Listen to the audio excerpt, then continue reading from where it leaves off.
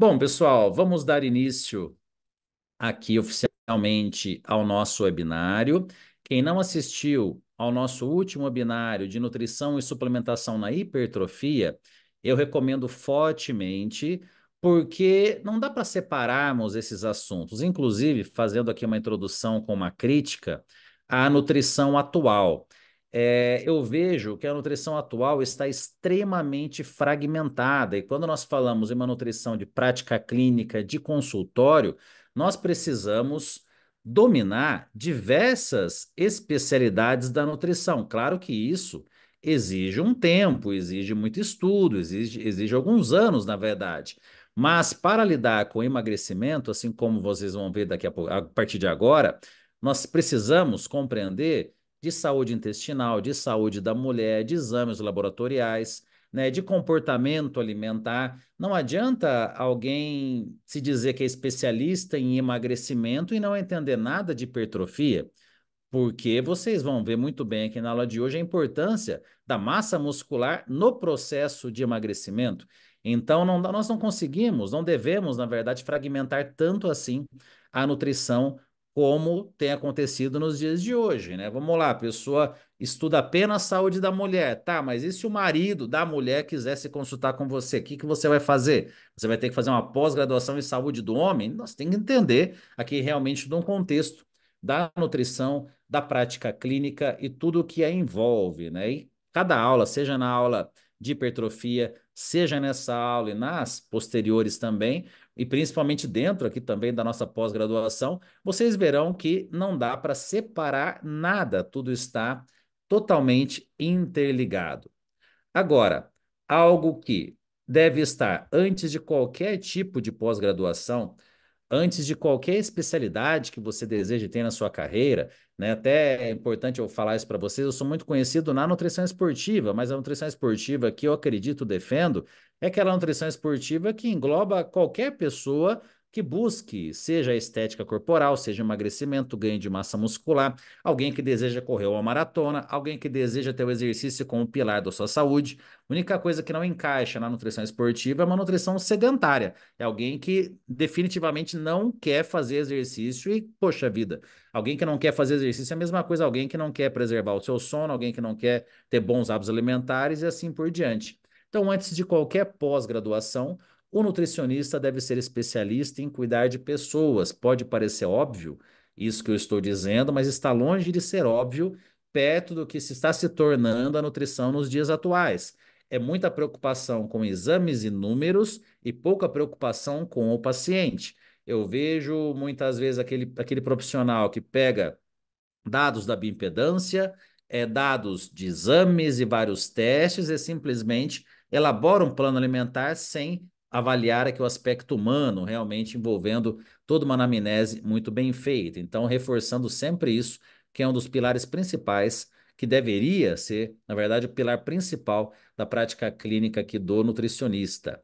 Falando aqui de emagrecimento, até na aula anterior, né, eu mostrei esse mesmo paciente para citar aqui uma situação de uma mudança de composição corporal, que aqui hoje, né, um rapaz aí super forte, mas que começou o seu trabalho assim, né, com mais de 180 quilos e hoje está ali super forte. É exatamente sobre isso que eu quero mostrar para vocês aqui na aula de hoje. E até vou mostrar aqui mais um exemplo de uma pessoa que está aqui na aula conosco, né, que teve aqui uma bela evolução, né, que é o Gustavo Barros, né, que hoje trabalha comigo aqui no RP, né, no consultório comigo. E olha só, né, o Gustavo, né, saiu ali de mais de 160 quilos para hoje aí, né, um novo estilo de vida. Eu confesso que ele era mais simpático ali, né, pode ver, ó, né, tá ali feliz, sorrindo, agora tá mais emburrado na academia, né, então por mais que ele era mais simpático naquela época, hoje ele é muito mais saudável, né? Então, realmente, estamos falando aqui de uma doença, né, crônica que traz diversas consequências, principalmente durante o processo de envelhecimento, né? Buscando aqui uma longevidade saudável, né? Nós não podemos aqui associar um excesso de gordura corporal por diversos fatores aqui com aspectos relacionados à saúde. Então, tá aqui, né?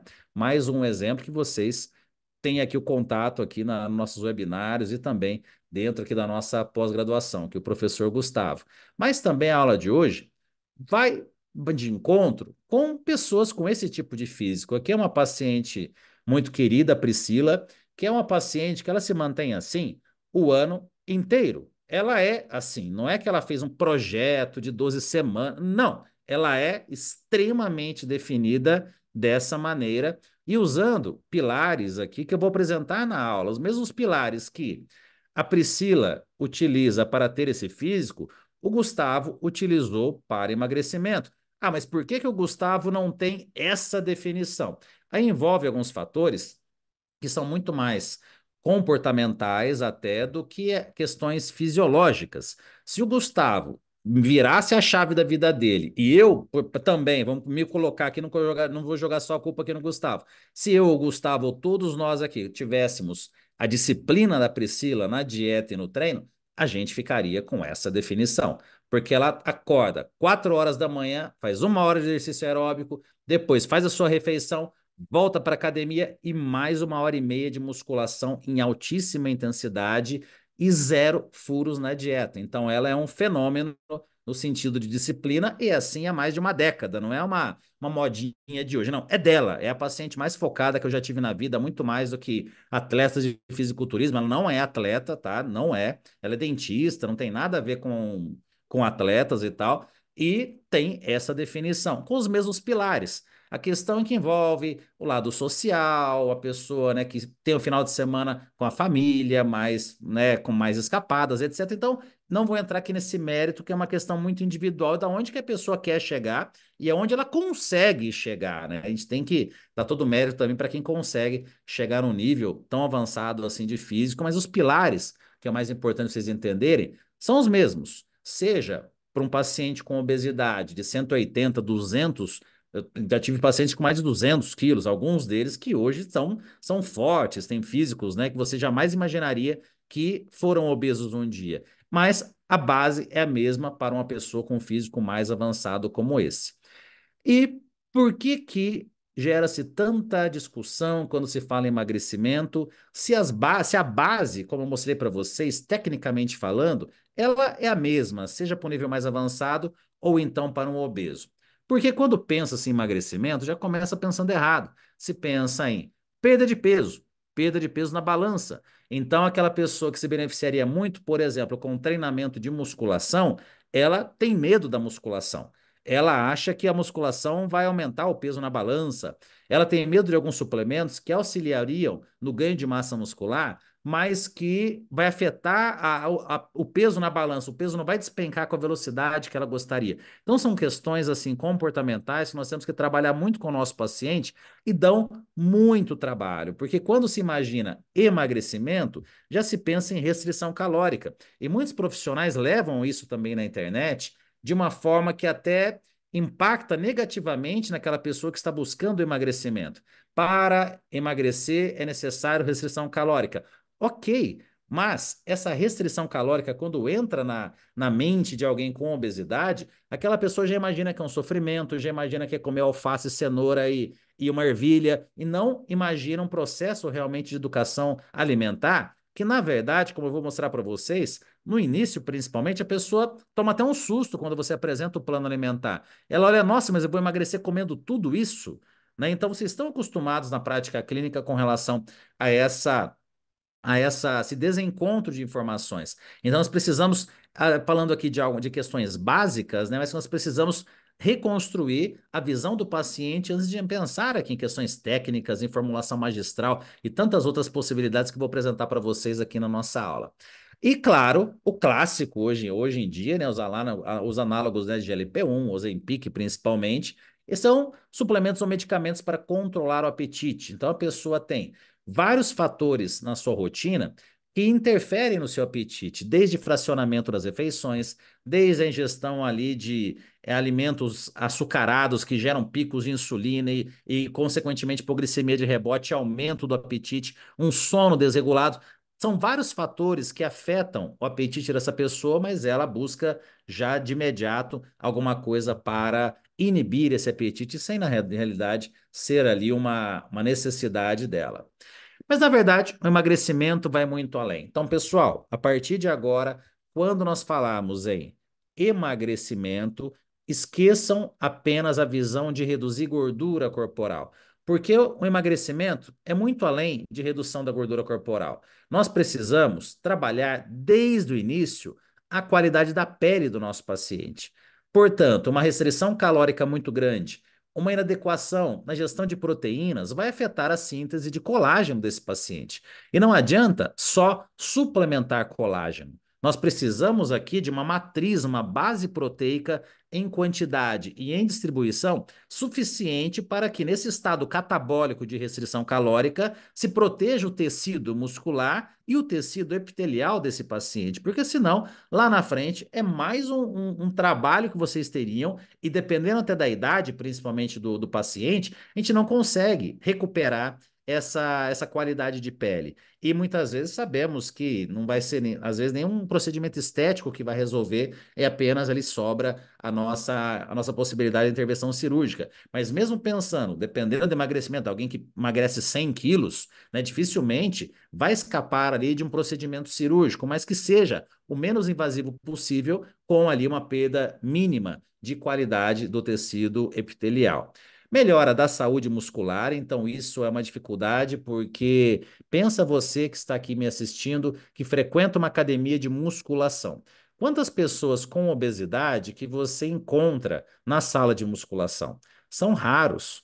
Porque por alguns fatores. Um deles é a maneira como a pessoa, né, se enxerga dentro de uma academia repleta de pessoas saradas, que estão ali buscando um físico mais musculoso, etc. Então, não é um ambiente muito favorável para a pessoa com obesidade. Na realidade, é um grande desafio. Então, se você tem um amigo, né, que está com obesidade, pega na mão dele e leva na academia com você, porque realmente com uma companhia de um amigo, isso facilitaria muito. O processo de emagrecimento do Gustavo, ele deu super certo porque ele começou na musculação. Ele buscou a musculação, depois disso que ele foi adequar a alimentação. Olha, claro que foi uma sequência, mas quando existe essa sincronia do exercício de musculação com a nutrição, o resultado é incrível, até porque uma pessoa com obesidade tem muita dificuldade com exercícios aeróbicos, até pela questão do peso, dores articulares. Agora, na musculação, com um treinador experiente no sentido de escolher os exercícios que primeiro não gere constrangimento, né? Você não vai. Imagina uma pessoa com 180 quilos naquele banquinho minúsculo da sala de musculação, né? Então tem que ser um instrutor com muito bom senso de escolher exercícios que realmente aquela pessoa com sobrepeso, obesidade, se sinta confortável. Essa união de musculação com um pouco de atividade aeróbica, né, uma atividade mais cíclica, porque imagina só você com mais de 150 quilos sentado naquele banquinho da bicicleta. A dificuldade que vai ter no sentido de desconforto ou numa esteira. Então eu vejo assim essa visão do emagrecimento com atividades aeróbicas, mas na verdade a musculação é muito mais apropriada e com, claro, um adendo da atividade aeróbica. E, inclusive, com a musculação, além do aumento do gasto energético, não apenas na hora do exercício, mas ao longo de todo o dia, nós temos aqui um grande benefício de pelo menos a manutenção da massa muscular. Mas, com uma dieta bem organizada, como eu vou mostrar para vocês, nós conseguimos também até mesmo um ganho de massa muscular enquanto reduzimos a gordura corporal. Em conjunto com o processo de emagrecimento, falando aqui de emagrecimentos maiores, desde o quanto antes, né, uma adequação postural e espacial. Imagina alguém com 200, pega lá o exemplo do Vinícius, né, aquele menino que eu mostrei no início para vocês, né, tava quase 190 quilos, hoje ele pesa 100 quilos. Imagina você tirar metade do seu peso.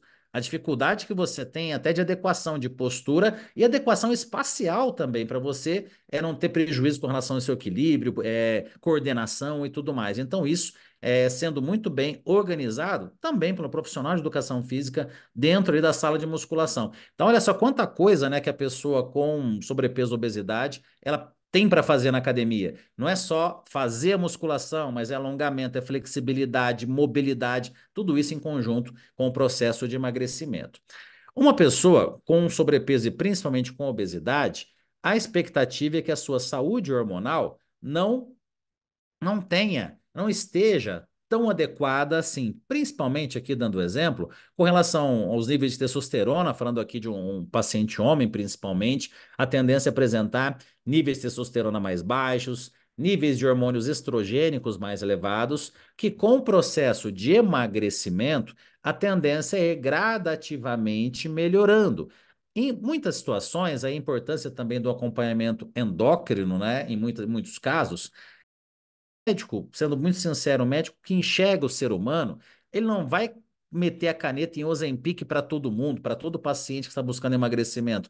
Muitas vezes, uma reposição de testosterona nesse paciente durante o processo de emagrecimento pode ser muito interessante. Não estou dizendo que é uma regra, mas pode ser interessante, porque muitas vezes, já no início do trabalho do processo de emagrecimento, essa testosterona já pode estar mostrando um aumento gradativo de maneira mais rápida, dependendo, claro, também da idade desse paciente, mas só para citar uma possibilidade aqui de um acompanhamento endócrino muito além de Ozempic, né? O próprio Gustavo, o Vinícius emagreceram sem qualquer tipo de Ozempic, de Victoza e tudo mais, porque não necessitavam desse tipo de medicamento, né? Então é muito individual. É uma pena ver o que está acontecendo, né? Dessas prescrições idênticas para todo mundo, visando aqui, seja emagrecimento ou ganho de massa muscular.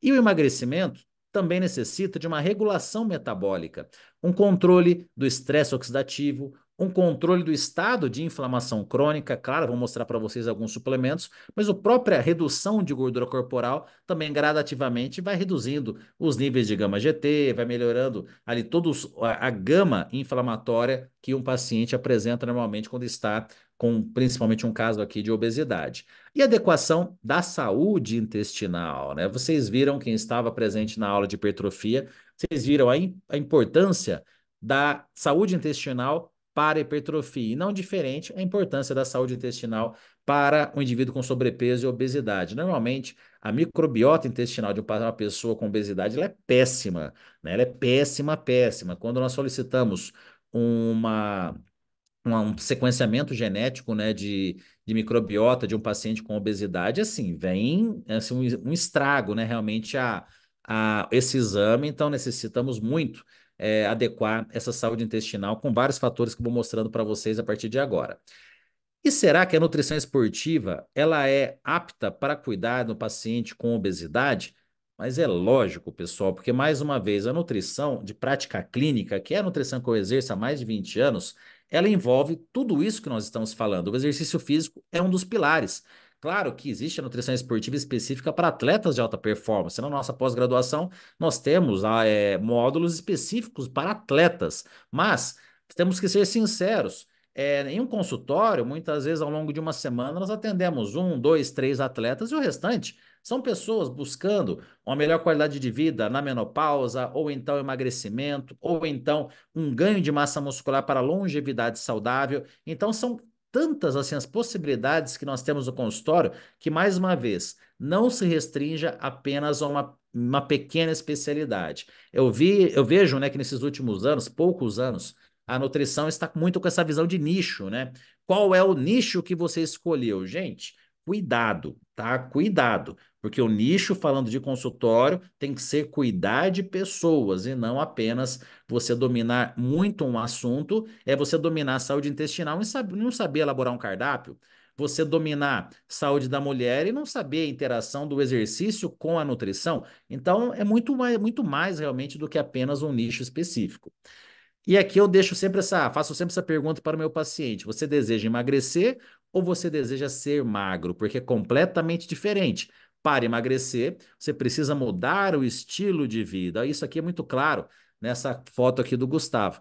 Porque aqui do lado esquerdo, né, ele está aqui na academia. No lado direito, lá no cantinho da tela, dá para ver onde ele estava, né? Está ali escrito picanha. É uma churrascaria. Então, claro que ele ainda frequenta churrascarias, mas com certeza com uma frequência muito menor do que antes, e a academia, que talvez ele nem frequentava nessa época, ele frequenta hoje diariamente. Então é mudar o estilo de vida. Não é uma fórmula mágica para o emagrecimento, é passar a gostar do exercício, não vai deixar de gostar da picanha, né? Mas vai saber colocar a picanha em um momento mais especial e o mais importante, essa picanha, estando em momentos especiais, vai ficar mais gostosa ainda, né? Então é algo que não vai perder o prazer, é simplesmente uma adequação ali da alimentação, principalmente ao longo da semana. Eu vejo também muitos posts sensacionalistas nas redes sociais com aquelas questões assim, não estrague a sua dieta no final de semana.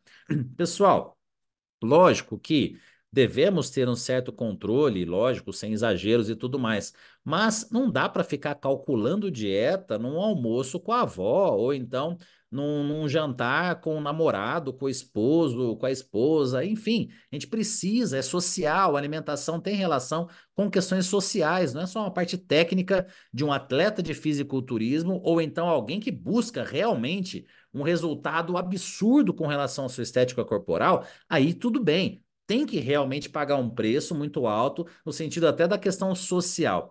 E agora, quem está buscando ali o emagrecimento, se comer errado 7 dias por semana e passar a comer errado meio período na semana, liberar lá o seu almoço do domingo, jantar do sábado, gente, é óbvio que vai dar certo. Então, muito cuidado com essa questão de não de ficar colocando, às vezes, uma pressão desnecessária no paciente. Porque a pessoa que controla a alimentação durante toda a semana sem restrições severas, ela nem vai conseguir comer demais de uma hora para outra no final de semana, não vai comer uma pizza inteira, né? Ainda mais se nós ensinarmos esse paciente questões relacionadas à mastigação, à atenção plena, detalhes que uma pessoa, quando chega num nível muito grande de sobrepeso, ela acaba não respeitando mais. Então, eu estou fazendo essa introduçãozinha antes de entrar na parte mais técnica da aula, porque isso aqui eu faço com os pacientes. Então, tudo isso é importante também vocês reforçarem dentro aqui de uma prática clínica. A pior consulta, pessoal, é aquela consulta que o profissional apenas realiza um questionário com o seu paciente. A consulta é um bate-papo. É um bate-papo e nessa conversa você vai extraindo as informações técnicas que você precisa para realizar as suas prescrições. Aí que está a adesão, aí que está realmente a confiança do paciente, a consulta estar agradável, né? Então aí é o ponto que vocês precisam praticar no dia a dia quem está no começo aqui da sua carreira. Erros clássicos, claro, um deles é não mudar o ambiente, porque se você continuar muitas vezes até com um grupo de amigos, né, que tá toda quinta-feira no barzinho comendo errado e sexta e sábado, domingo, não vai dar certo. Então, é uma verdade que às vezes, né, pode parecer muito dura, mas é verdade, né? Você precisa ou você leva os amigos para a academia ou então deixa eles lá onde eles estão e muda a sua vida. E um grande erro também é a visão apenas de dieta no sentido de excluir.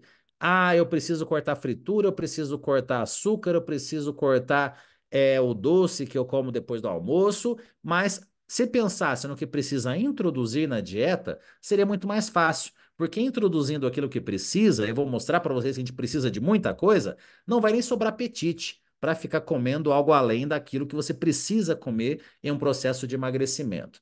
Como eu comentei, um outro erro é dar preferência sempre a exercícios aeróbicos e não aqui a musculação. E essa visão que, de verdade, o nutricionista está contribuindo de uma maneira bem ruim para fomentar mais ainda o desespero, né, para conseguir captar pacientes, tem gerado essa questão, né? Se consulte comigo, emagreça comendo tudo que gosta, né? Gente, cuidado, né, com esse tipo de informação. É a mesma coisa, fique rico sem trabalhar, seja um nutricionista de sucesso sem estudar. Gente, cada escolha uma renúncia, né? Se você me perguntar, Rodolfo, o que que você gosta de comer? Eu tomaria cerveja, comeria carne gorda todo dia. Ou eu acordaria, comeria pão na chapa com manteiga. Por que que eu não como? Porque, pô, eu não quero buscar entrar em sobrepeso e muito menos obesidade. Mas o que eu gosto seria isso. Então, vou falar que eu odeio comer ovo? Não, eu como, mas eu preferiria um pão na chapa. Então é importante vocês também não ficarem levando essas questões para o paciente de que, nossa, é uma delícia comer brócolis. Faça-me um favor. Uma delícia é tomar sorvete, gente. E, pô, agora, dá para tomar sorvete todo dia? Dá, só que aí se vira depois com seu sobrepeso e obesidade. Agora é importante ter essa visão de que não é uma questão de gostar apenas, uma questão de necessidade, de você realmente ter ali não apenas uma questão estética, mas você ter mais saúde, ter mais produtividade. Então, isso aqui é importante. Eu bato muito na tecla com o meu paciente de que não adianta a gente falar que vai ser moleza, cara come batata frita todo dia. Você acha que é fácil, de repente, ele cortar essa batata frita? Eu adoro batata frita, mas eu não como, e ponto, né? Então é importante a gente ter essa visão. E aqui eu bato também uma questão muito importante de nós nutricionistas. Ninguém aqui precisa ter um físico de atleta ou realmente ter, né, ser um atleta de diversas modalidades, mas é importante a gente se cuidar. É importante a gente buscar realmente fazer na nossa prática aquilo que nós ensinamos. De novo, não adianta, não estou falando para ninguém, para alguém aqui ficar extremamente bitolado em dieta, mas é importante. Imagina só, você está lá almoçando batata frita e está pedindo para o seu paciente não comer batata frita no almoço. Então, não tem nexo isso, né? Então, bastante cuidado para também realmente vocês praticarem aquilo que vocês ensinam. Eu bato muito nessa tecla e eu sinto até comigo, quando eu estou mais cuidadoso com a minha alimentação, eu me sinto muito mais confiante em estar ali no consultório, prescrevendo orientações que eu também estou seguindo, tá? Independentemente, né? Claro, aí envolve genética, envolve gostar de treinar, a questão do quanto que isso vai refletir no físico da pessoa. Tem gente que come tudo errado e tem um físico bonito, é raro, mas tem. Então, não que isso seja uma regra, mas é importante para nós amarmos aquilo que nós prescrevemos e também, né, ver os benefícios da nossa saúde também. E buscar prazer em outras coisas da vida. Eu falo muito isso para os meus pacientes. Né? Aquela pessoa que está buscando ali tanto o prazer na alimentação, aí entra um lado aqui de muitas vezes ter um auxílio psicológico em conjunto, uma terapia em conjunto pode auxiliar, mas é trabalhar realmente esse lado comportamental do paciente, além da questão técnica que vai entrar agora a partir do próximo slide. Então, gente, a parte técnica, ela, não vou dizer que é fácil, porque vocês vão ver que é muita informação, mas ela é aquilo. Agora, a questão comportamental vai ser uma para o João, uma para Fernando, uma para o Gustavo, uma para não sei quem. Cada paciente eu busco uma estratégia diferente, né? O Gustavo, quando ele era meu paciente, desde o início a gente teve assim uma empatia muito grande. Então eu brincava muito com ele na consulta, né? Eu falava, pô, Gustavo, ó, meu, você vai ter um problema, você vai acabar terminando o casamento, você vai, né, você vai ficar saradão aí, você vai querer já trocar de esposa, não deu outra, né? Enfim, tive uma intimidade com ele, mas jamais tocaria nesse assunto se eu não tivesse essa intimidade. Poderia ser uma outra abordagem, né? Mas aí depende de cada um. Então, entrar realmente ali no lado motivacional da pessoa, mas, de novo, mostrar que não é fácil. É um trabalho que vai dar resultado, mas vai ter que ser um trabalho em equipe. O Vinícius, aquele primeiro paciente, até uma vez ele participou de uma palestra comigo e ele lembrou disso, eu nem lembrava, né? Porque o Vinícius consultou comigo uma vez, não seguiu nada do planejado, né? Depois ele voltou depois de uns 6 meses, um tempão, um ano, não lembro. E daí na consulta ele chegou na minha frente, eu falei, pô, Vinícius, você de novo, meu? Você vai gastar dinheiro de novo, que você não seguiu nada da última vez? Ó, mas de verdade, ó, não vamos fazer a consulta. Se você não seguir, ó, você não volta mais aqui não, vai encher o saco de outro.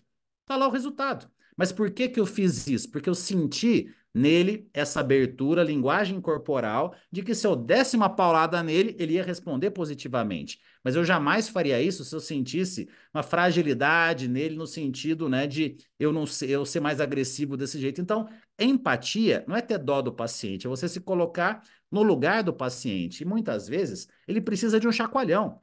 Às vezes ele precisa de um colo amigo, então é muito relativo essa questão da conduta que vocês terão no sentido de como vocês vão apresentar um plano alimentar, de como que vocês vão, às vezes, fazer uma brincadeira ou não com o paciente. Então isso é muito de atenção, de foco com a pessoa que está na sua frente, muito além dos exames laboratoriais, muito além da parte técnica aqui da consulta, que é o que eu falei lá no comecinho. Nós precisamos trabalhar o lado humano do nutricionista, porque a questão técnica, cada vez mais nós teremos auxílio de inteligência artificial, de novas tecnologias, para trazer informações aqui do paciente. E esse slide eu coloco em quase todas as aulas. As pessoas querem tomar algum suplemento ou medicamento, mas continuam com as atitudes contrárias. Querem tomar Ozempic, mas não querem mudar o planejamento alimentar. Querem tomar melatonina, mas não querem fazer a higiene do sono e assim por diante. Falando agora aqui da parte técnica, falando do status hormonal, alguns pontos aqui, apenas alguns, de tantos que nós precisamos ter atenção com o paciente que está buscando o emagrecimento. Primeiro, adequação do eixo melatonina e cortisol. Esse eixo Nós precisamos aqui nesse slide uma apresentação bem interessante dele, que eu gosto muito, porque muita gente vê o cortisol como um vilão.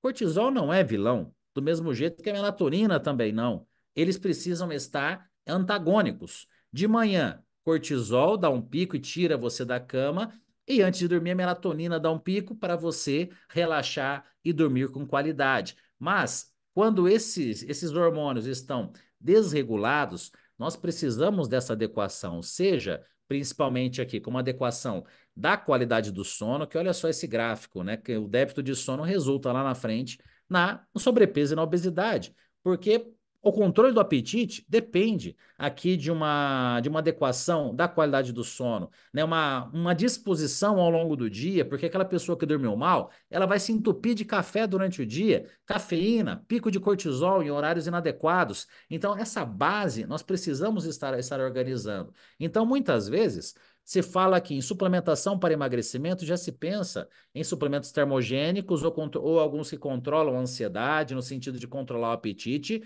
mas, muitas vezes, uma suplementação para melhorar a qualidade do sono pode já ser algo muito interessante, você elaborar uma fórmula que tenha, por exemplo, desde melatonina, mulungu, passiflora, Melissa officinalis, só para citar glicina, para citar aqui algumas situações, ou então você identificar se esse paciente não está com deficiência de magnésio, deficiência de vitamina D, realizar uma higiene do sono com esse paciente, uma aromaterapia de lavanda. Então, esse sono, ele é inegociável, nós precisamos dessa adequação como um regulador hormonal, principalmente aqui falando desse eixo melatonina e cortisol.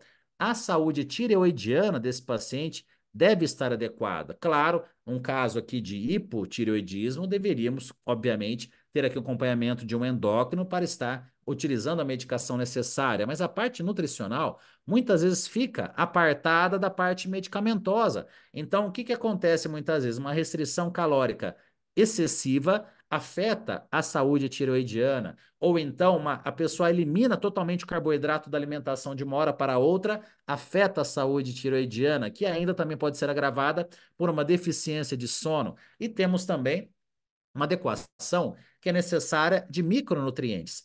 Zinco, magnésio, próprio iodo, vitamina D, ferro, tudo isso precisa estar adequado para você ter uma saúde tireoidiana em perfeito funcionamento.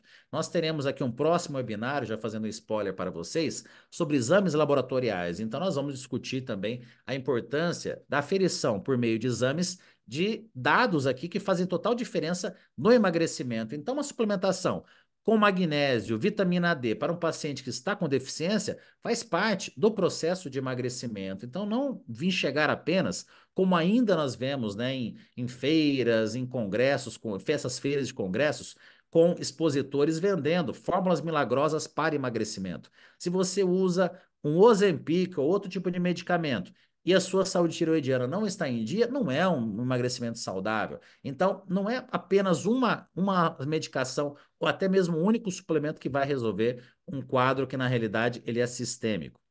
Falando aqui de status de testosterona, como eu disse para vocês, o próprio emagrecimento vai adequando aqui os níveis de testosterona. Em algumas situações, alguns profissionais endocrinologistas já preferem de início, né, principalmente um paciente que já tem uma idade mais avançada, eu falo já acima de 40 anos, nem estou falando de alguém com mais de 60 anos, já pode muitas vezes entrar com uma reposição de testosterona naquele paciente obeso. Então, olha só, né? Que interessante. Um paciente com obesidade, ele pode muitas vezes estar fazendo uma terapia de reposição hormonal com testosterona, um esteroide anabolizante, fazendo musculação, ele pode ir ganhando massa muscular ao mesmo tempo que reduz gordura corporal. Falando aqui de aspectos nutricionais, que principalmente um paciente mais jovem ou um paciente realmente que encaixa muito bem o seu novo estilo de vida, nós conseguimos gradativamente melhorar isso e um suplemento que pode dar um empurrãozinho acaba sendo o Sindura.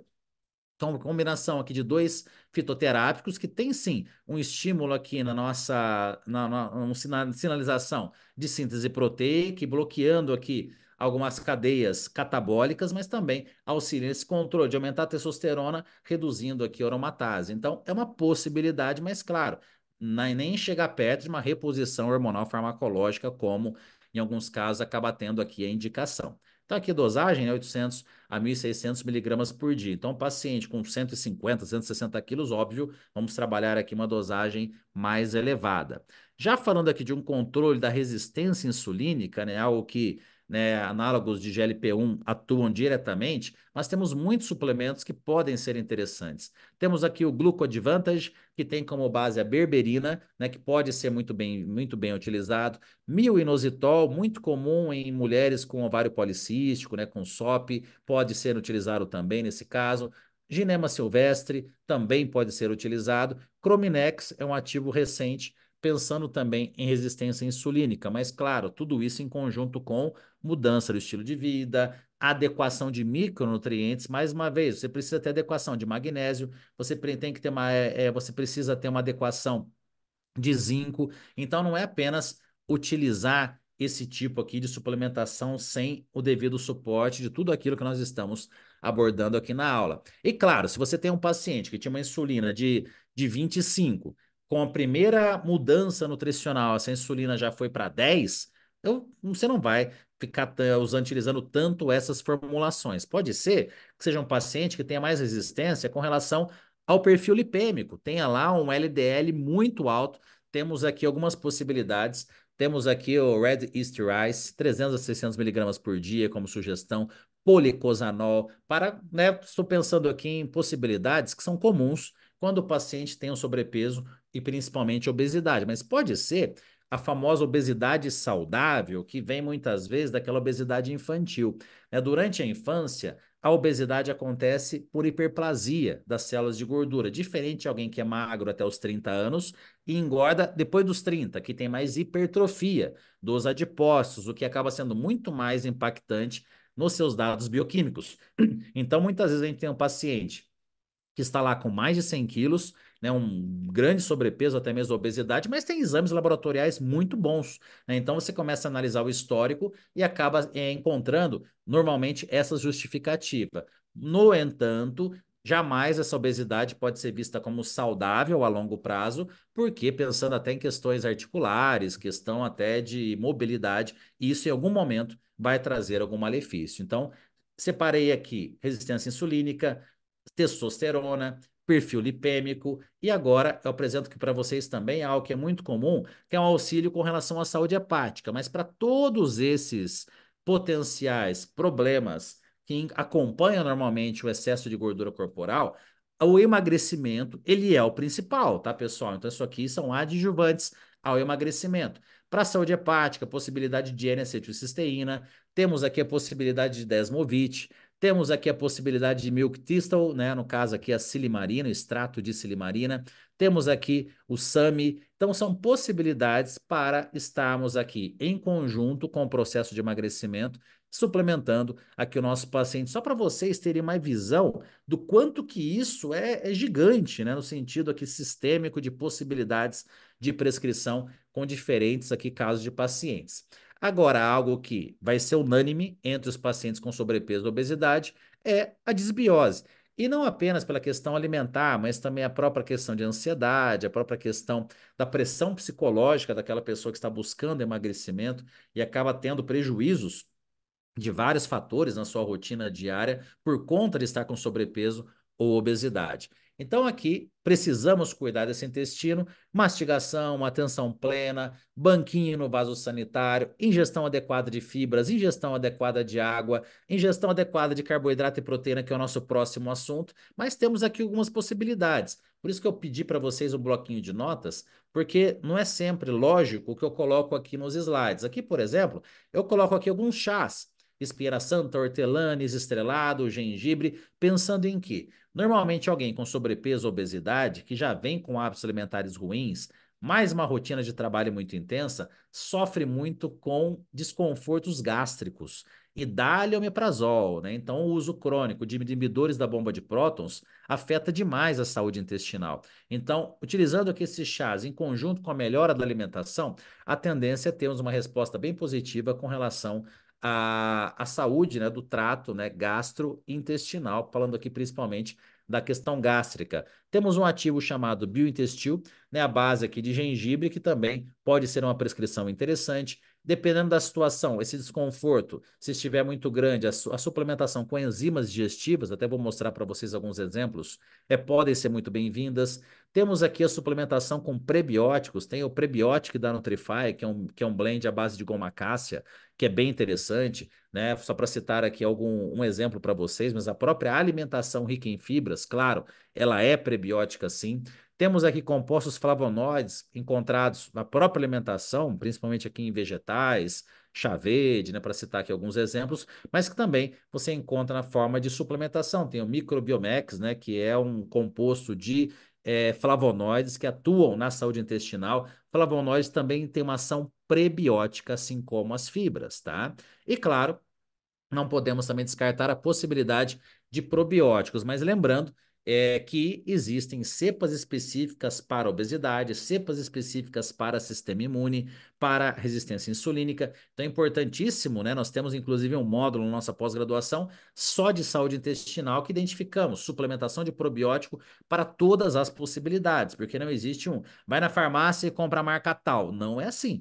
Né? O ideal, inclusive, é você fazer um sequenciamento genético dessa microbiota, a partir do resultado, elaborar uma fórmula de acordo com as cepas que precisam ser realocadas naquele intestino. Lembrando que também o probiótico, no mínimo 3 a 6 meses para trazer algum benefício. Não adianta começar o probiótico e amanhã achar que já deu resultado. Então, totalmente psicológico nessa questão. Então, aqui, só para citar um exemplo de fórmulas para a saúde é, principalmente gástrica, um paciente que está com desconforto, está ali utilizando medicamentos a tempos, né, para a saúde gástrica, de uma forma aguda, eu não vejo isso como uma forma crônica, tá? Uma forma aguda, momentânea, mix aqui de enzimas digestivas para ser utilizado aqui no caso, sempre em cápsula gastroresistente e aqui uma dose antes do almoço e uma dose antes aqui do jantar. Temos aqui possibilidades, suplementação de probióticos para obesidade. Temos aqui os biomumps, que são para probióticos, né? Temos também posbióticos, como aqui o corebiome, né, no caso, que é um metabólito de um probiótico, para vocês verem como esse assunto, né, necessita realmente de um módulo dentro aqui de uma pós-graduação, de tão complexo que ele que pode auxiliar, mas lembrando, na prática clínica, primeiro prebiótico, primeira adequação alimentar, e o probiótico seria um segundo caso, segundo passo, antes, não realmente a primeira linha de ataque, como virou que meio que moda as pessoas estarem realizando. Mais um exemplo aqui para a saúde intestinal, temos suplementação chamada Livinol, que acaba atuando diretamente na saúde intestinal, e olha só, esse é um ativo que ele é muito difundido para o tratamento da obesidade. E faz sentido, porque nós precisamos de um intestino saudável para que o processo de emagrecimento atue da melhor maneira possível. Então, é um pilar dentro de um processo de emagrecimento que ele é um dos principais. Então, gente, emagrecimento não é sinônimo de restrição calórica. Envolve vários e vários fatores que nós vamos, de acordo com as possibilidades até socioeconômicas do paciente, em conjunto com a educação nutricional, fazendo aquilo, lançando mão de várias possibilidades, né? E chegamos aqui em um ponto que eu vejo que não dá para falar que é o principal, mas é um dos principais quando falamos aqui também em erros no sentido aqui de uma dieta para emagrecimento. Quando eu falo dieta, é o dieta que realmente, o conceito de dieta, que é estilo de vida, né? É adequação de proteínas, porque com adequação de proteínas, nós temos uma melhora na saúde muscular, na qualidade da pele, temos o efeito de saciedade dado ao alimento fonte de proteína, temos um efeito termogênico, mas nós precisamos adequar a quantidade e a distribuição ao longo do dia. Isso acaba sendo fundamental.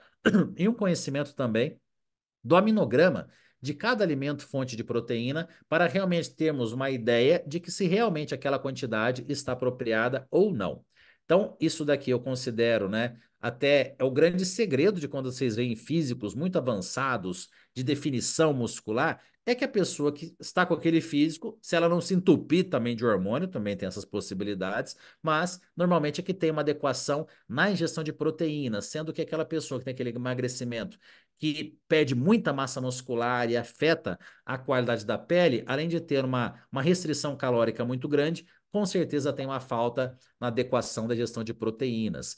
Esse artigo aqui eu vou até pedir para o Gustavo jogar aqui no chat para vocês salvarem. É apenas um exemplo de vários artigos mostrando a importância de uma ingestão de proteínas mais elevada do que as recomendações habituais quando falamos aqui, até mesmo em longevidade saudável, que falando de longevidade saudável, nós temos uma resistência anabólica, então a ingestão de proteínas, ela deve ser mais elevada relativamente do que quando falamos de alguém jovem que está buscando ganho de massa muscular. Então, reverter um processo de sarcopenia não é tão simples assim. E, falando aqui de um processo de emagrecimento, um grande segredo, o grande pulo do gato, também está aqui na ingestão de proteínas, na quantidade e na distribuição. E é uma quantidade que pode ser elevada, né, para muitas pessoas que não têm essa afinidade com alimentos fonte de proteína, que comer um prato de macarrão é fácil. Agora, comer um prato com o mesmo volume de frango, né, com peito de frango desfiado, pode não ser tão simples assim para quem não está simplesmente acostumado. Então, nós temos aqui uma base de 2 a 3 gramas de proteína por quilo, mas nesse artigo que eu enviei para vocês, vocês vão observar que nós temos ali possibilidades até acima disso, só que, de novo, a adesão é mais complicada. E essa quantidade fracionados em pelo menos 4 refeições diárias. Pode ser 4, pode ser 5, pode ser 6, mas menos do que 4 já ficaria muito difícil para essa possibilidade de uma síntese proteica adequada para preservar a massa muscular e tecido, né? Falando aqui tecido epitelial, falando aqui da qualidade de pele. Existem possibilidades para aqueles que fazem jejum intermitente de estarmos distribuindo essa quantidade total de proteína em casa em 2 refeições ou até 3 refeições. O problema é que a quantidade fica muito alta e não fica tão viável assim para realmente ter essa pessoa ter adesão na dieta. Não, não é por acaso que normalmente quem realiza um emagrecimento utilizando o jejum intermitente como ferramenta, a tendência é uma perda de massa muscular. Ah, mas eu vejo na internet alguém que tem um ótimo físico e faz. Pode ter certeza que ele construiu esse físico lá atrás. Eu, por exemplo, que faço musculação há 30 anos, se eu fizer o jejum intermitente, provavelmente eu não vou perder massa muscular, porque já é algo muito consolidado meu. Agora, alguém que não tem uma massa muscular satisfatória, fazer essa metodologia para emagrecimento, cuidado, tá? Porque não é tão simples assim. Claro que individualidade é sempre soberana, mas é algo que normalmente costuma não dar certo.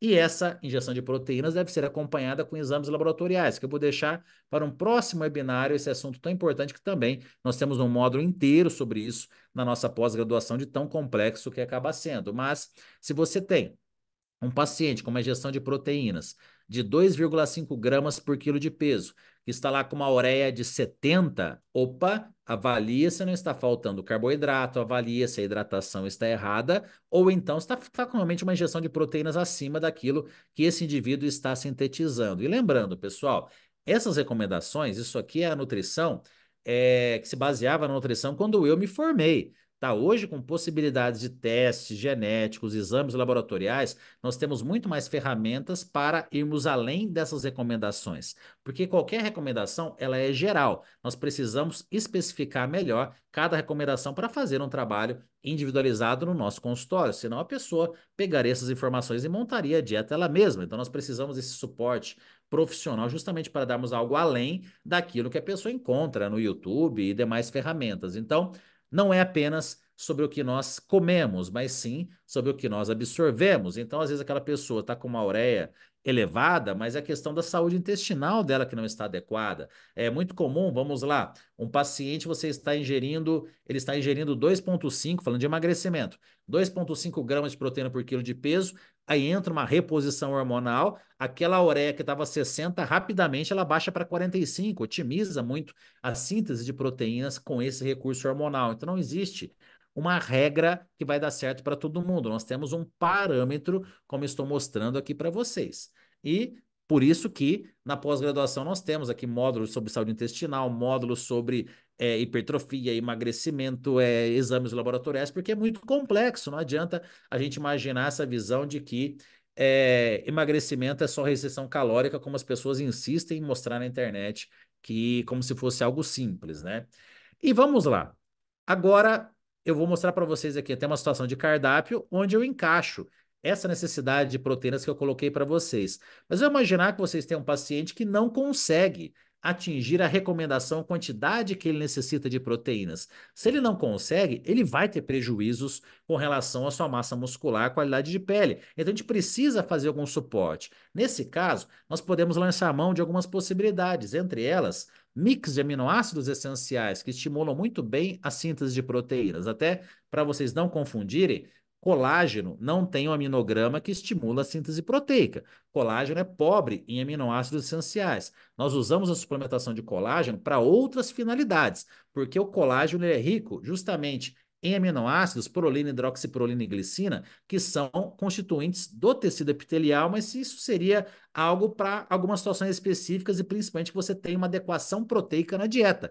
Então a gente precisa de uma aula só sobre colágeno para elucidar, mas aqui para vocês não fazerem, não misturar as informações, tomar colágeno para estimular a síntese de proteínas, não, isso não vai funcionar. Aí você utilizaria um mix de aminoácidos essenciais. E claro, que eu não estou entrando no mérito de whey, albumina, proteína isolada de origem vegetal, porque isso eu considero alimentos proteicos em pó, né? Já já vou falar sobre eles.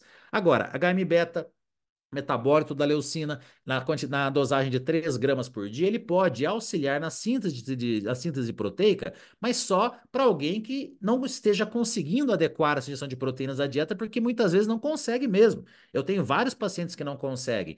Ácido fosfatídico acaba também estimulando a QMTOR, acaba estimulando a síntese proteica. Temos o Pepti Strong, que é uma novidade no mercado de formulação magistral, 2,4 gramas por dia, pensando em estimular a síntese proteica, mas de novo, adequou a ingestão de proteínas? Não precisa. No exemplo que eu vou mostrar para vocês, não precisa disso, mas pode ser que em alguma situação vocês não consigam atingir a quantidade adequada de proteínas em quantidade e distribuição que deveria ser utilizada.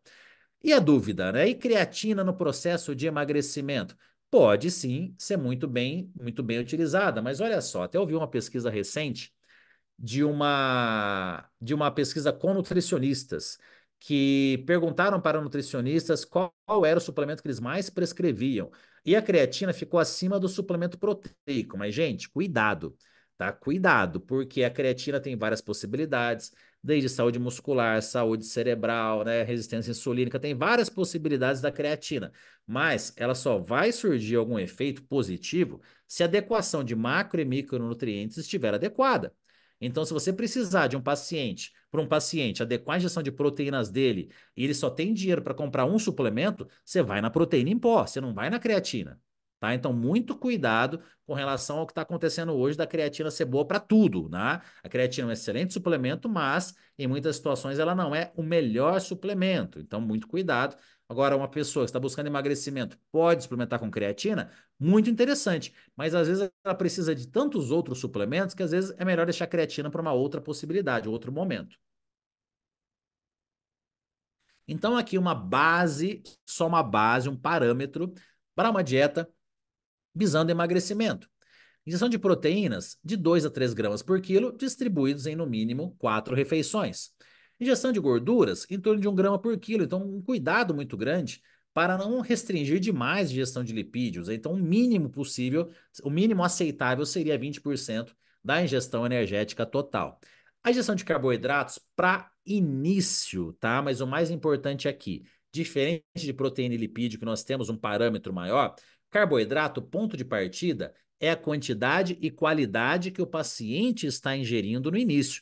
Se você pega um paciente, está comendo bolacha recheada, um monte de porcaria como alimento fonte de carboidrato, só de mudar a qualidade dessa ingestão de carboidrato, você já vai ter um passo inicial muito grande. Então, esse 3 gramas por quilo, na primeira consulta, às vezes é muito mais uma adequação da qualidade do que falando em quantidade. E onde que está o erro? A pessoa que está iniciando o processo de emagrecimento já entra com uma dieta muito restrita e lógico que não vai dar conta durante muito tempo, né? Então, no início, a dieta, a pessoa até toma, de novo, toma um susto. Nossa, eu vou comer tudo isso, né? Porque realmente essa adequação normalmente ingere-se mais alimentos do que ela ingeria anteriormente. E alguém com sobrepeso ou obesidade, a chance de ter alguma deficiência vitamínica e mineral é muito grande, porque a pessoa dificilmente vai engordar comendo saudável. Se ela está com 30, 40, 50 quilos, principalmente acima do peso, ela engordou, foi comendo sorvete, bolacha recheada ou então macarrão com molho branco, né? Alimentos que não têm um ótimo balanceamento aqui de micronutrientes. Então, identificar vitamina B12, vitamina D, zinco, magnésio, até uma sugestão numa primeira consulta, organizar qualitativamente a alimentação dessa pessoa e solicitar exames laboratoriais para depois de 4 até 8 semanas, né? Porque, claro que se a pessoa fizer exames já no início, vai ter tanta coisa bagunçada que às vezes é melhor gradativamente, até para não assustar tanto o paciente no início, fazer isso de uma forma, né? Deixar para uma 4 semanas, 6, 8 semanas depois da consulta. Às vezes é bom dar um susto no paciente, aí entra aquela questão da linguagem corporal, você identificar que tipo de paciente, se vale a pena esse exame já no início ou então esperar um pouquinho após alguma adequação. Hidratação, claro, sempre adequado. Então, a partir disso, nós já temos aqui um ótimo parâmetro para estarmos aqui montando o nosso plano alimentar. Lembrando, gente, o que difere o nutricionista de um nutrólogo não é o conhecimento sobre micro e macronutrientes, porque isso o nutrólogo domina muito bem. O que difere o nutricionista do nutrólogo é o conhecimento sobre alimentos, tá? Então, isso aqui nós precisamos melhorar muito bem, porque eu vejo hoje um desconhecimento muito grande dos alimentos por parte dos nutricionistas. O nutricionista já considera carboidrato, mesma quantidade de carboidrato da bolacha recheada na banana, né, no doce de leite, no abacaxi, então, opa, né, parece que o nutricionista deixou de conhecer alimento, né, arroz branco é igual arroz integral, eu não sei aonde, né, então, cuidado para vocês não caírem um desconhecimento dos alimentos, porque isso que é o grande pilar aqui da nossa nutrição. Carboidratos, então, mais uma vez, só para fixar aquilo que eu falei. Adequar o fracionamento e qualidade do alimento fonte de carboidrato. Então, numa primeira consulta, muitas vezes é tirar o carboidrato da onde não se gasta energia para colocá-lo aonde se tem maior gasto energético. Né? Atenção, para não reduzir demais a ingestão de alimentos fonte de carboidrato e essa pessoa começar a fazer mais exercício. Então, acaba tendo um choque muito grande. Na balança, o peso vai despencar, obviamente, mas sacrificando massa muscular. Então, aumentou o gasto energético, mantém a ingestão de carboidrato, manteve o gasto energético, diminuiu a ingestão de alimentos fonte de carboidrato, como eu vou mostrar para vocês aqui exemplo de cardápio. Então, oscilação de alimentos fonte de carboidrato ao longo da semana é algo que eu considero muito interessante estar sendo realizado, mas a pessoa já tem que ter passado por esse processo de reeducação alimentar, já é um nível mais adiante, no caso, claro, de acordo com o gasto energético pelo treino, você colocar mais ou menos carboidrato de acordo com os dias da semana. Né? Um dia que ela tem um gasto de energia maior na academia, você colocar ali uma alimentação antes e após o exercício com mais alimentos fonte de carboidrato, só para citar aqui um exemplo. E algo que de verdade, pessoal, sempre funcionou e ainda funciona muito bem comigo, é deixar uma refeição livre para essa pessoa fazer no final de semana, desde que não gere um comportamento disfuncional, porque não adianta comemorar. Né? A alimentação está relacionada aos prazeres da vida. Então, muitas vezes a pessoa vai se tornar uma pessoa tão chata perante os amigos, marido, esposa, etc., que vai até desanimando essa pessoa de continuar a sua rotina alimentar. É diferente de um atleta que tem isso como uma profissão.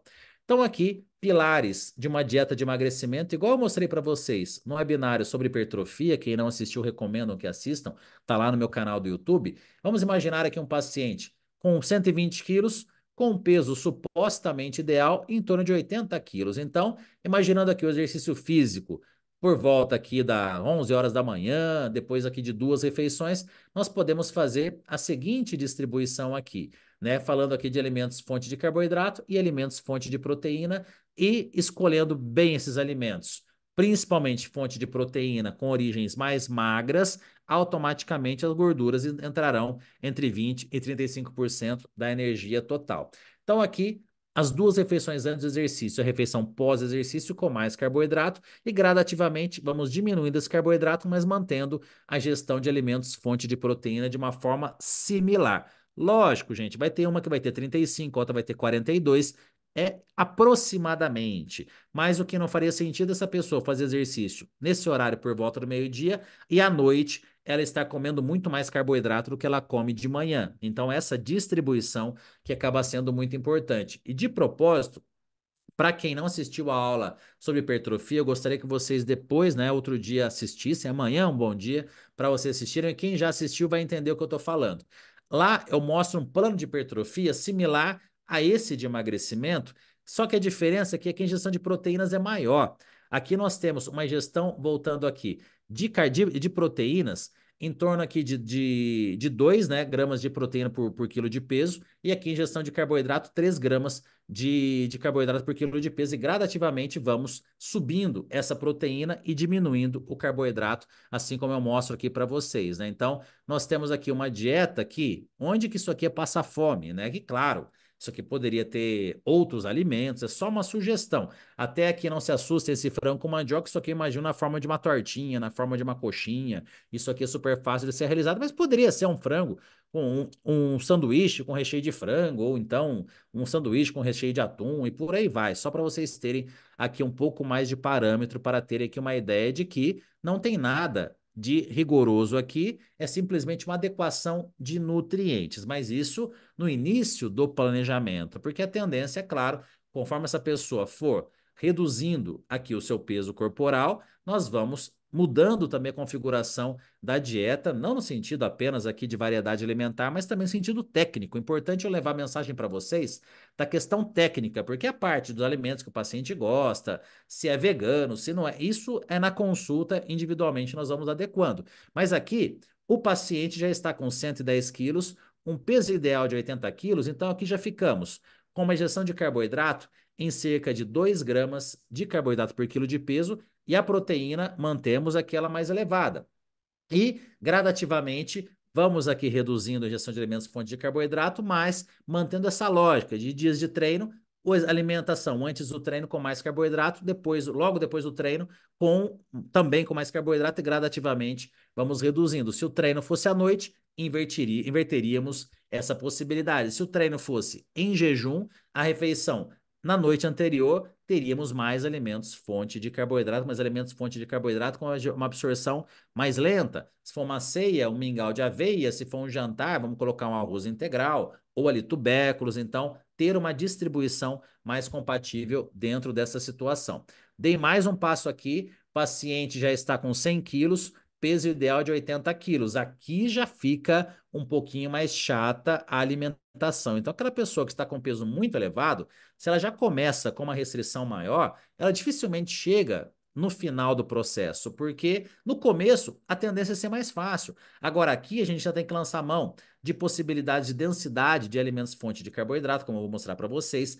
A alimentação fica mais rica em proteínas para trazer mais saciedade e com isso, podemos aqui dar alguns exemplos, né? Então, temos aqui uma ingestão de proteínas no café da manhã, que poderia ser a proteína a base vegetal, não necessariamente precisa ser um whey. Então, aqui já o pãozinho já diminui, o omelete aqui continua, a frutinha, aqui o carboidrato já diminui, mas a proteína já aumentou. Então já começa a ficar uma dieta com cara de uma estratégia de emagrecimento, diferente daquela primeira que acaba sendo muito mais fácil no início aqui do processo. Então aqui nós vamos fazendo um planejamento de uma forma com mais proteína e menos carboidrato, e até lancei mão aqui no meio da tarde de um suplemento que eu particularmente eu nunca deixei de prescrever dos últimos anos, ele saiu praticamente das prateleiras, fizeram aí uma polêmica absurda, estou falando aqui da caseína, e eu acho até engraçado, né? Os mesmos nutricionistas e médicos que falavam mal da caseína até pouco tempo atrás, consomem aquelas bebidinhas que hoje estão tão na moda e são de base de caseína, meu Deus do céu. Né? Então, né, para não citar aqui marcas específicas, demais, são base de caseína e tá todo mundo tomando feliz e contente, emagrecendo, inclusive utilizando como ferramenta nos lanches intermediários, porque a caseína é uma proteína que traz saciedade. Se o paciente não tem uma tolerância boa com ela, utilize outra possibilidade, mas achar que ninguém vai tolerar, aí é uma ignorância muito grande. Então, gradativamente, ela está voltando ao mercado na forma pura até de caseinato de cálcio, mas também na forma de mix proteico. Ele combinado com whey é uma maravilha, traz uma saciedade enorme, porque um whey isolado, gente, porque não é assunto da aula de hoje, mas quando a gente fala de whey, eu tô falando de whey isolado de ótima qualidade, não esses wheys gourmet aí, cheio de pedaços de chocolate, whey de pistache, whey de doce de leite. Isso para mim não é whey. Isso aí é doce, gente. Então, cuidado, a não ser que, claro, tem whey isolado de qualidade, sabor artificial de pistache. Aí, ok, né? Nem seria perfeito, mas menos mal. Agora, as pessoas estão confundindo doce com whey. Ah, minhas pacientes não toleram whey. Tá, mas qual whey que elas estão tomando? Esses wheys gourmet, nem eu tolero.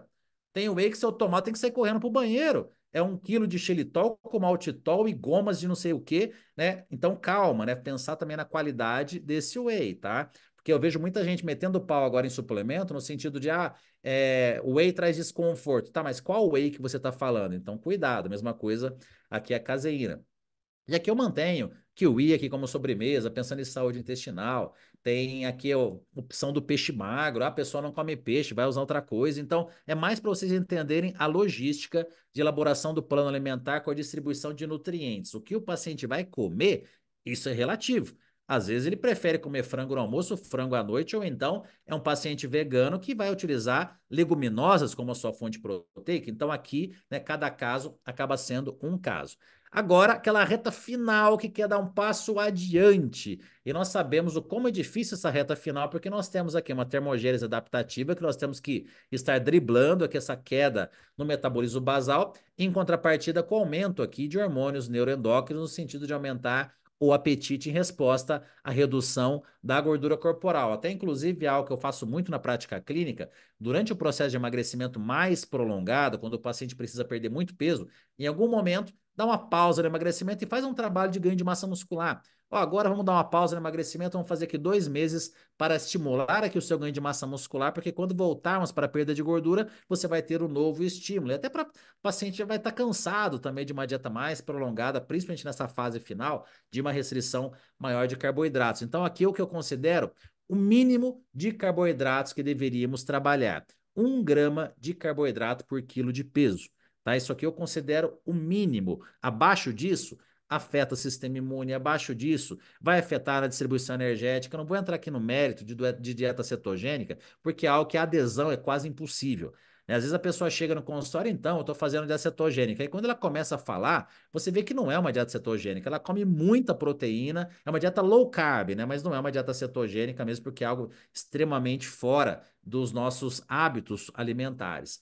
E aqui nós temos essa distribuição que é muito importante quando o carboidrato está mais baixo, antes do treino e depois do treino, esse adendo maior com relação à sua ingestão de carboidrato, porque senão essa pessoa vai prejudicar a sua performance no treino e não vai fazer tanto sentido o exercício não ter ali um bom rendimento. E a proteína lá em cima, proteína alta. Aqui, gente, eu volto naquele slide na mente de vocês que eu coloco aminoácido essencial, que eu coloco HMB, porque não é todo mundo que consegue chegar nessa quantidade de proteína, tá? Porque é uma quantidade bem elevada de proteína. E lembrando, precisamos de muita fibra em conjunto, tá? Para que essa ingestão elevada de proteína momentânea não afete negativamente a saúde intestinal. Então, a avaliação do hábito intestinal diário, ela é importante nessa fase. A avaliação dos exames laboratoriais para verificar se realmente essa quantidade está sendo muito bem tolerada, mas vai trazer muita saciedade, sim, para esse paciente e preservar a massa muscular. Então, é totalmente possível uma dieta,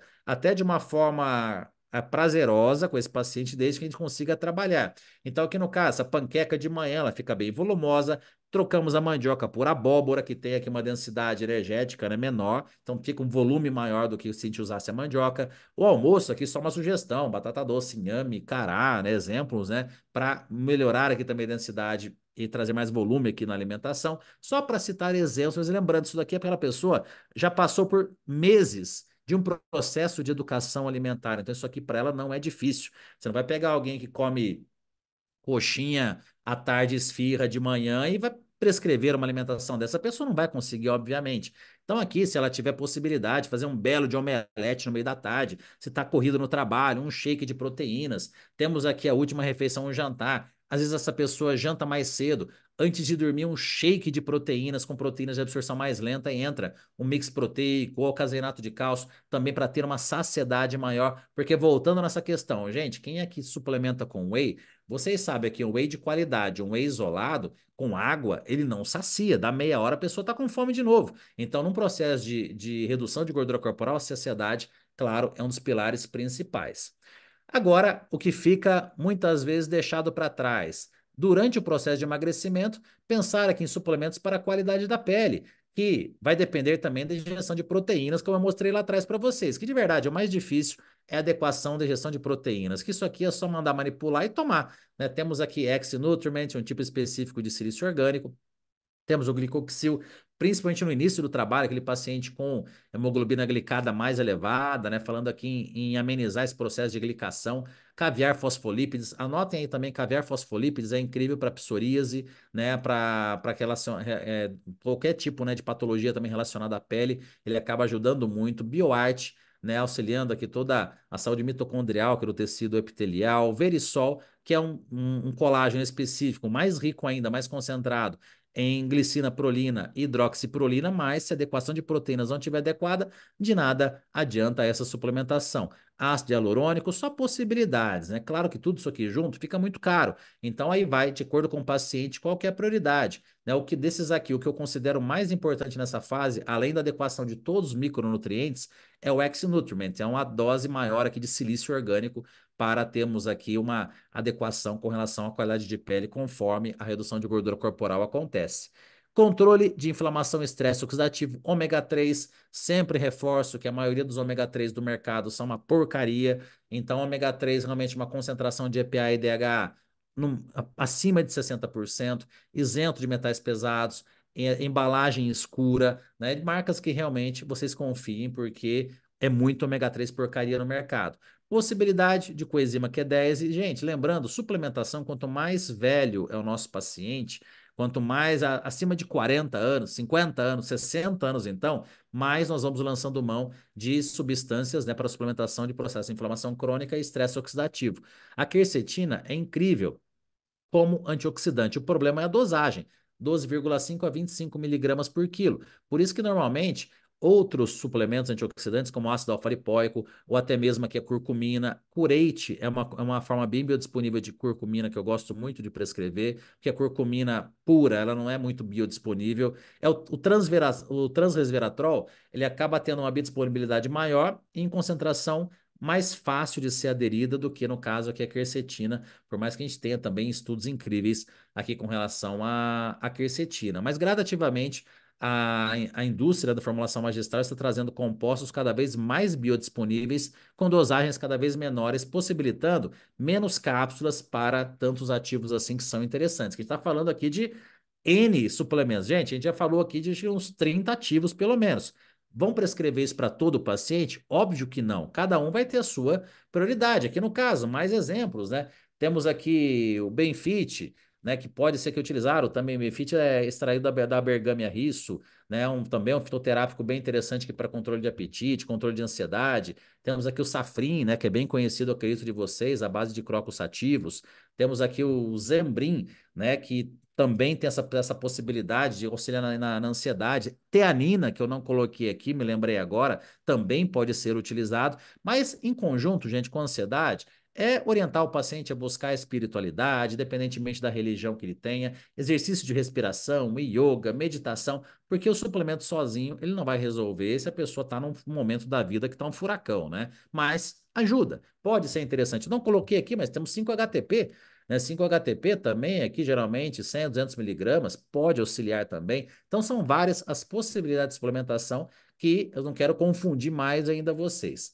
Mais aqui possibilidades, vamos lá, antes do exercício, temos aqui essa possibilidade, cafeína com extra. O extra é um alcaloide que tem uma ação cinética, a cafeína, sem gerar aqui ansiedade, sem aqui no caso afetar até mesmo a qualidade do sono. Então, até se às vezes a pessoa treina à noite, essa fórmula ficaria 100 miligramas de cafeína, 300 de extra, e o PQO2, que é um mix de 6 cogumelos, né, sacando-se aqui o Cordyceps, que ajuda muito a oxigenação, melhora muito o rendimento durante o exercício.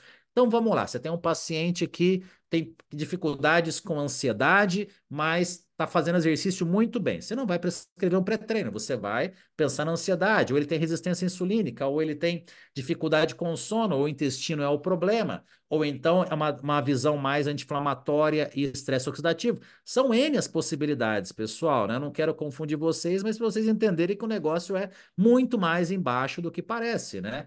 E até toda aula que eu ministrar para vocês, eu vou deixar sempre uma dica de algum suplemento para concentração. A dica de hoje é a combinação de Extra com alfa-GPC. Né? A cafeína poderia ser utilizada, mas o Extra, junto com o alfa-GPC, que é um potencializador colinérgico, tem uma ação bem cinética com relação à concentração, com relação aqui a capacidade mesmo de memória. Mas lembrando, memória, hidratação, vitamina B12, vitamina D. Então é tudo multifatorial, pessoal. Não é tão simples quanto parece. E para você que ficou até esse momento aqui da aula, está aqui a palavra-chave para o sorteio. Anotem aí.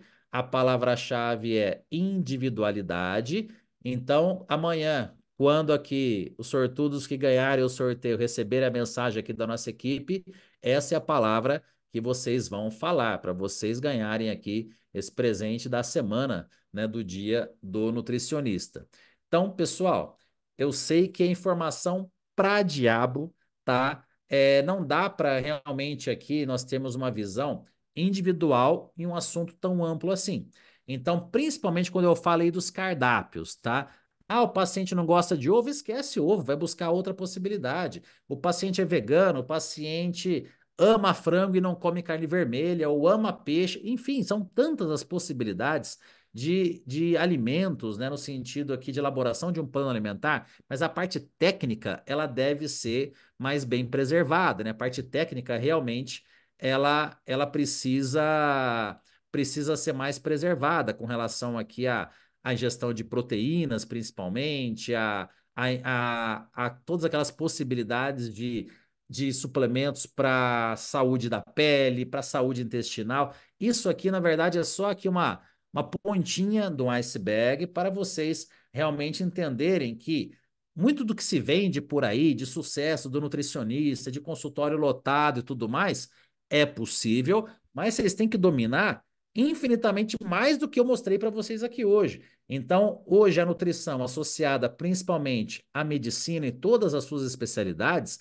nós precisamos, como nutricionistas, ter um domínio de exames laboratoriais, ter um domínio de fórmulas que são prescritas, não apenas as que nós prescrevemos, mas e se chega para vocês uma fórmula da dermatologista e a paciente, isso acontece comigo todo dia, e a paciente pergunta, e aí, o que que você acha dessa fórmula? Imagina a adesão do paciente, você explicando a fórmula até que outro profissional prescreveu. Você fazer o que até a pessoa que prescreveu não fez, né? Ele explicar ativo por ativo, da onde vem, o porquê que acontece e tal. Então, isso que realmente é o que gera a confiança no paciente e vai ser mantido esse paciente para sempre no seu consultório, claro, desde que ele precise de você sempre, porque essa questão de adesão, né, do paciente, de fidelidade do paciente, não é que ele não vai sair mais do seu pé, mas quando ele falar de nutricionista, é você que ele vai lembrar. Então, isso acaba sendo aqui o grande foco, né, de uma consulta de sucesso realmente, o sucesso, claro, com o resultado do paciente. Estou dando uma olhadinha aqui nos comentários, obrigado, pessoal.